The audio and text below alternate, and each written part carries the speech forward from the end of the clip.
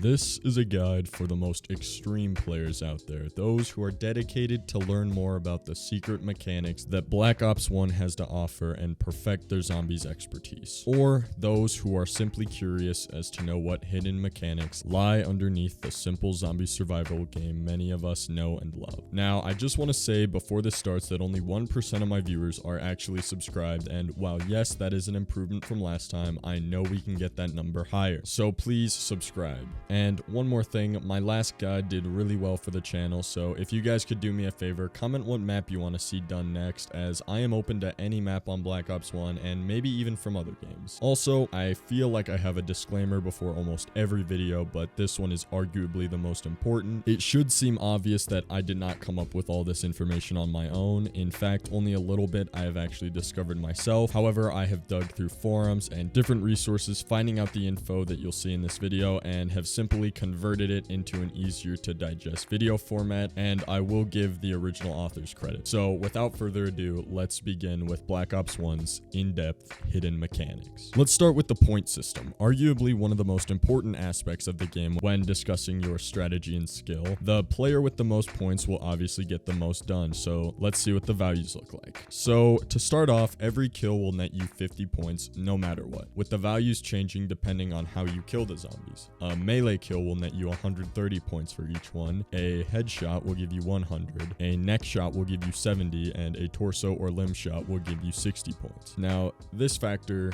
will change once you factor in different wonder weapons. With the Thunder Gun, the research seems to conclude that if you kill a single zombie, you'll gain 50 points, and the number of points will decrease depending on how many zombies you kill, until you reach the maximum amount of 300. What this means is that even after killing a whole horde of zombies, you will only gain up to 300 points. Now, other ways to obtain points vary by map. On Kino and the 4 World at War maps, Hellhounds will give you the same amount of points per kill as any regular zombie. However, this gets a bit strange with the other special enemies across the maps. Shooting one of the space monkeys on Ascension will give you 60 points, but if you shoot one of the monkeys on Shangri-La without it hitting you first, it will gain you a total of 500 points. If it hits you first, you will only gain 10 points though. Also on Shangri-La, if you kill a napalm zombie, rather than the base amount of 50 points, each napalm zombie will give you 300 points, plus bonus for headshots, neck shots, and potentially melees. Unlike the napalm zombie, however, you will only gain the normal amount of points for killing a shrieker zombie. Moon seems to be where things get really interesting, however, as hacking an excavator will gain you 1,000 points, as will the Pack-a-Punch, but you can only do it once per teleportation. The hacking device can also lose you points by using it on the mystery box, which will lose you 1,200 points and bring it to you and spin it once for each location, and you can hack the weapon in the mystery box, leading to another 600 points gone, but re-rolling the box. You can also hack wall weapons, which will lose you 3,000 points and switch the prices of non-Pack-a-Punched and Pack-a-Punched ammo. You can also hack a power-up for 5,000 points, in which case it will become a max ammo, unless you hack a max ammo, which will cause it to become a fire sale. Finally, on Moon, you can actually donate points by hacking another player. It will lose you out 500 points, but will give them 500 points in return.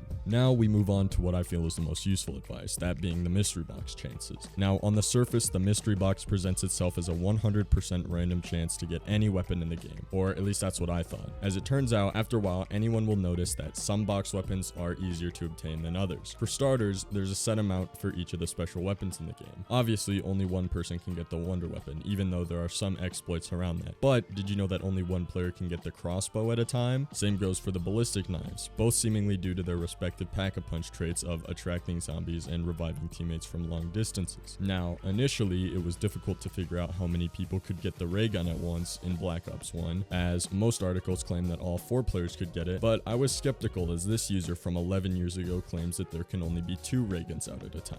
After searching the internet for definitive proof, however, I found this clip which I think serves as irrefutable evidence. Yeah! Raygun! Will become nothing. You're dead.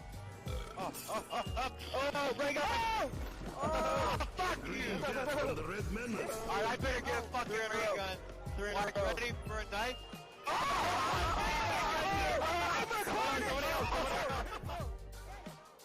Now, it should also be mentioned that different types of weapons have different chances of being rolled. Weaker weapons like SMGs, the China Lake, and others have a very high chance of being rolled and will frequently appear in the box. Assault rifles sit about at the middle, not being too common, but not quite as rare as the LMGs, the Law, and other special weapons. Now, obviously the rarest weapons are wonder weapons, but did you know that some wonder weapons have different rarities than others? The ray gun is obviously the most common out of all of them, with Call of the Dead's wonder weapons being more common than others, and the most rare wonder weapons being your thunder guns, baby makers, and zap guns. Oh yeah, and I guess the Winter's Howl. Now, another elusive item within the mystery box is monkey bombs, which get increasingly more common after round 9. However, with each person who obtains them, they get slightly more rare, with their presence in the box slowly lowering for each person who gets them. Now, for wonder weapons, the box actually has higher or lower chances of giving them to you, depending on the round. Now, this Reddit user, lacking a good name, says that rounds 5 through 10, the wonder weapons have a 15% chance of being rolled, increasing to 20% after round 10 and up, with no clear answer on what the odds are of getting a wonder weapon before round 5. In fact, it seemed unclear whether it was even possible to get one before then, so I did many trials just to see if it was even possible, and personally, I was never able to get the Thunder Gun, Scavenger, or VR11 without at least reaching round 5, and I couldn't find any other evidence as to whether or not it was possible. However, if you have gotten any sort of wonder weapon besides like the ray gun, let me know in the comments because I could be totally wrong about this. Now, for the last bit of info, I'm going to relay the information given by the same user, which has to do with teddy bear chances. Now, according to him, the first box location will always move by the 8th use. However, it cannot move until the 4th use. Now, from the 4th use, it has a 15% chance of moving, and from the 8th hit until the 12th hit, it has a 30% chance, which then turns into a 50% chance until the box moves and the teddy bear chances reset. Now, let's go on to the power-up mechanics, which is easily one of the key aspects of zombies, having been introduced in World at War and seeing little to no change since then. Now, the first fact may be obvious, but if you didn't know, for a fire sale to spawn, the box must move at least one time. But did you know that to get a carpenter, 5 windows need to be destroyed before one can spawn?